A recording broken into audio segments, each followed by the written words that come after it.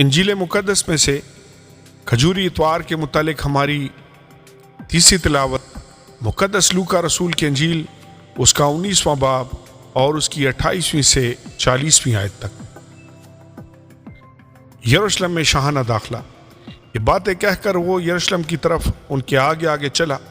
جب وہ اس پہاڑ پر جو زیتون کا کہلاتا ہے بیت فگے اور بیتنیا کے نزدیک پہنچا تو ایسا ہوا کہ اس نے شاگردوں میں سے 2 کو یہ کہہ کر بھیجا کہ سامنے کے گاؤں میں جاؤ اور اس میں داخل ہوتے ہی ایک گدھی کا بچہ بندھا ہوا ملے گا جس پر کبھی کوئی آدمی سوار نہیں ہوا، اسے کھول لاؤ، اور اگر کوئی تم سے پوچھے کہ کیوں کھولتے ہو تو یوں کہہ دینا کہ خداوند کو اس کی ضرورت ہے۔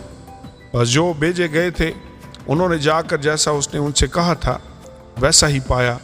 جب گدھی کے بچہ کو کھول رہے تھے تو اس کے مالکوں نے ان سے کہا کہ اس بچہ کو کیوں کھولتے ہو؟ انہوں نے کہا کہ خداوند کو اس کی ضرورت ہے۔ وہ اس کو یسوع کے پاس لے آئے اور اپنے کپڑے اس بچہ پر ڈال کر یسوع کو سوار کیا۔ جب وہ جا رہا تھا تو وہ اپنے کپڑے راہ میں بچھاتے جاتے تھے، اور جب وہ شہر کے نزدیک زیتون کے پہاڑ کے اتار پر پہنچا تو شاگردوں کی ساری جماعت ان سب معجزوں کے سبب سے جو انہوں نے دیکھے تھے خوش ہو کر بلند آواز سے خدا کی حمد کرنے لگی کہ مبارک ہے وہ بادشاہ جو خداوند کے نام سے آتا ہے، آسمان پر صلح اور عالم بالا پر جلال۔ بھیڑ میں سے بعض فریسیوں نے اس سے کہا، آئے استاد اپنے شاگردوں کو ڈانٹ دے۔